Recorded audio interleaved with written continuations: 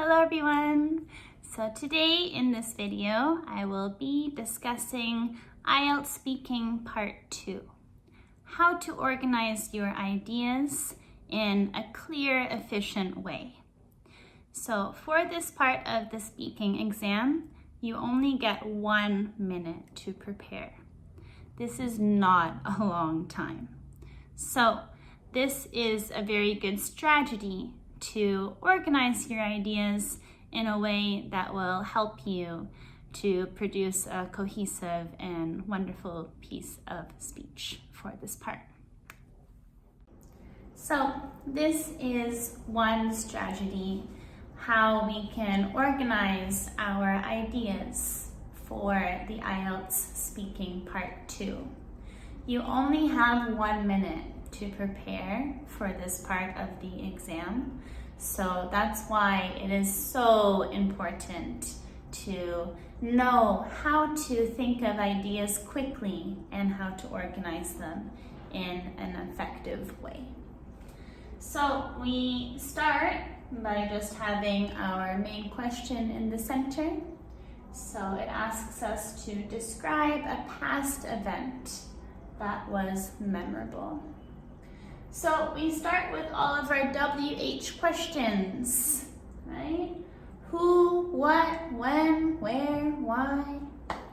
So we'll start with when. When did this happen? This happened about 5 years ago.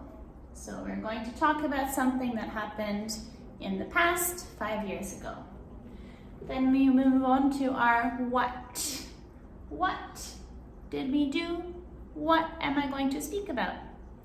So we can talk about a birthday party. What did the birthday party have? Maybe some cake, some games, and presents. Then we can move on to who was there.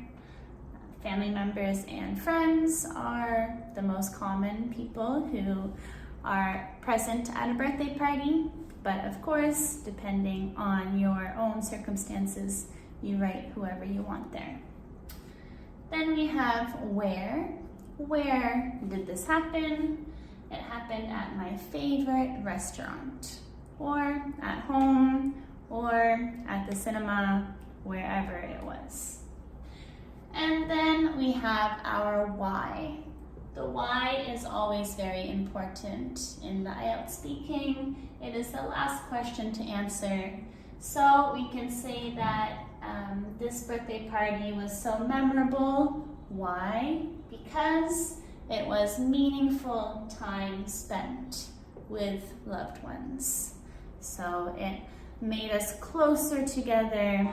It was very happy and positive, meaningful day spent with all of my loved ones. So I think that this is definitely a very good strategy to remember, because we do not have time to write down all of the details in 1 minute of what we're going to say.